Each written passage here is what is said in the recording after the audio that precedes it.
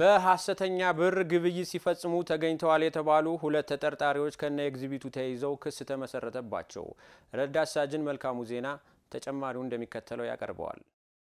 ግለሰቦቹ በሐሰተኛ ብር ግብይት ፈጽመዋል ተብሎ በቁጥጥር ስር የዋሉት በየካ ክፍለ ከተማ ወረዳ 2 ፈረንሳይና ወረዳ 9 ላምበረት ተብለው ከሚጠሩት አካባቢዎች ነው። አንደኛው ተከሳሽ ሐሰተኛ ባለ 200 ብር በመያዝ ከሱቅ ካርድ እንደገዛና ሁለተኛው ደግሞ ለስላሳ በመግዛት የሐሰተኛ ገንዘቡን መልስ ይዘው ሊያመልጡ ሲሉ ባለ ሱቆቹ ተጠራጥረው ለፖሊስ በሰጡት ጥቆማ መሰረት ፖሊስ ወዲያው ተጠርጣሪዎችን ደርሶ በመያዝ ምርመራውን በመጀመር ለሚመለከተው አካል በመላክ ሐሰተኛ መሆኑን ማረጋገጥ እንደተቻለ የየካ ክፍለ ከተማ ፖሊስ መምሪያ ወንጀል መርማሪ ዋና ሳጅን ተስፋ ወልደሃና ገልጸዋል። አስፈላጊው ምርመራ ተጣርቶ በአቃቤ ሕግ በኩል ክስ እንዲመሰረትባቸው መደረጉንም መርማሪው አክለዋል። ተጠርጣሪው ሲፈተሽ በኪሱ ውስጥ የተለያዩ ሐሰተኛ ብሮችን ብዛቱ 4800 ብር ይዞ በመገኘቱ በየካ ክፍለ ከተማ ፖሊስ መምሪያ ምርመራው በስፋት ተጣርቶ ለየካ ክፍለ ከተማ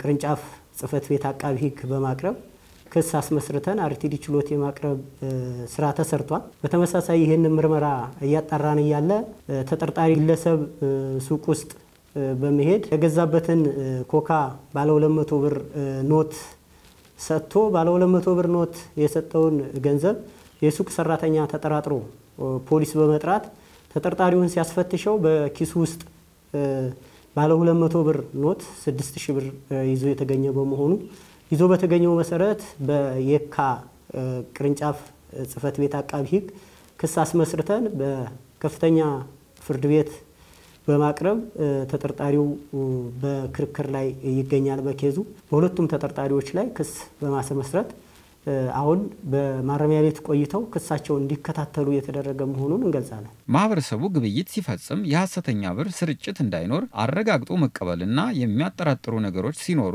ወዲያው ለፖሊስ ጥቆማ መስጠት እንደሚገባ መርማሪው መልእክት አስተላልፈዋል። እንደዚህ አይነት ሐሰተኛ ገንዘቦችን የሚያሰራጩ ተጠርጣሪዎችን እየተከታተለ ለሕግ አስፈጻሚ የሚያቀርብበትና የሚቀጡበትን አግባብ ሁሉም ማህበረሰብ ሊያቀርብ ይገባል። ለፍትህ አካላቱ ይህንን አቅርቦ ፍትህ እንዲሰጣቸው አጥፊ አካላት እንዲቀጣ ማድረግ አለበት። እንደዚህ አስጠያፊ ነገሮችን እንዲተው ማድረግ አለበት የሚለውን መልእክት አስተላልፋለሁ።